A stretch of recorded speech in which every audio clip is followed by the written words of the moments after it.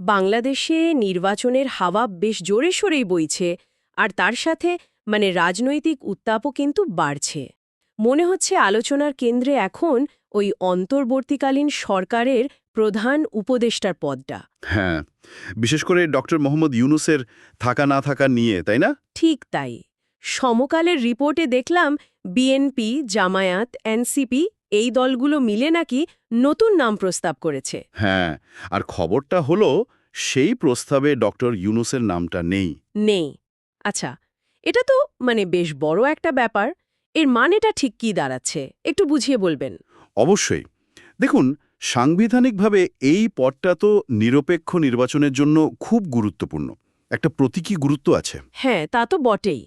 বিরোধী দলগুলোর এই পদক্ষেপ, আমার মনে হয় এটা শুধু ডক্টর ইউনূসকে নিয়ে নয়, বরং পুরো যে নির্বাচনকালীন সরকার ব্যবস্থা, সেটার ওপর তাদের আস্থার অভাবটাকেই সামনে আনছে। ২০১২ সালের বা তার আগের নির্বাচনগুলোর আগেও তো এমন পরিস্থিতি হয়েছিল, তাই না?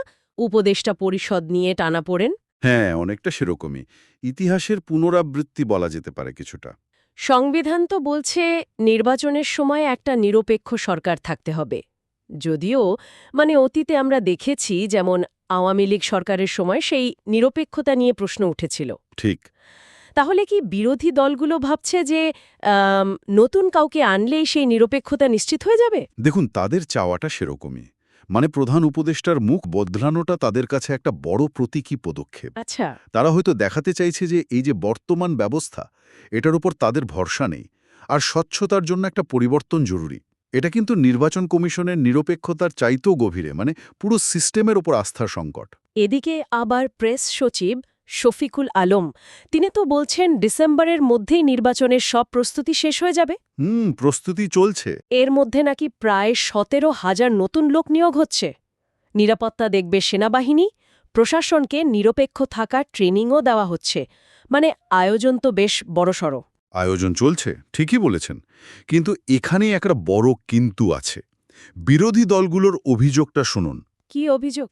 তারা বলছে প্রশাসনের একেবারে তৃণমূল পর্যায়ে, ফিল্ড লেভেলে, এখনও নাকি স্থানীয় যারা প্রভাবশালী তাদের দিকে একটা পক্ষপাতিত্ব রয়ে গেছে। ও আচ্ছা।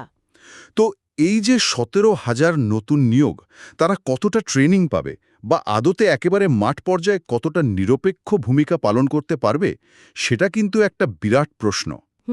আসলেই। এই যে প্রস্তুতির বিরাট ঘোষণা, আর অন্যদিকে দলগুলোর এই আস্থার অভাব বা অভিযোগ, এর মধ্যে একটা ফারাক তো স্পষ্ট, তাই না?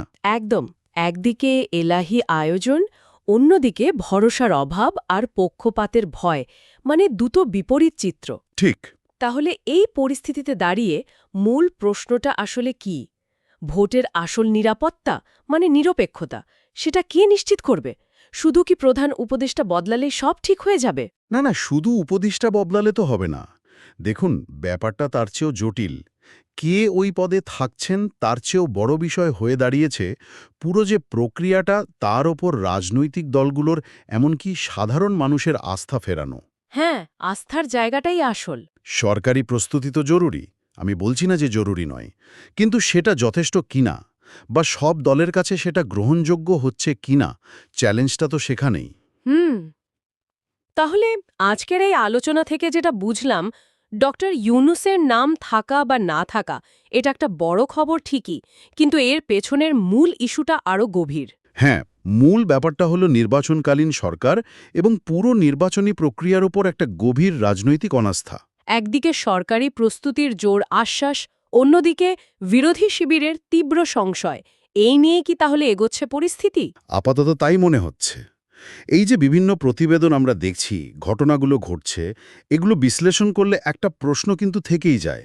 কি প্রশ্ন?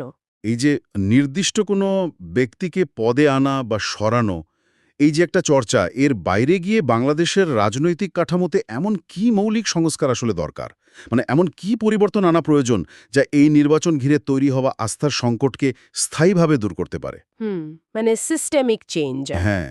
হ্যাঁ। এবং সত্যিকার অর্থেই একটা নিরপেক্ষ নির্বাচনের পথ খুলে দিতে পারে, এটা হয়তো আমাদের সবাইকে একটু ভাবার বিষয়। অবশ্যই খুবই গুরুত্বপূর্ণ একটা প্রশ্ন তুলেছেন। এই নিয়েই না হয় আজ শেষ করা যাক।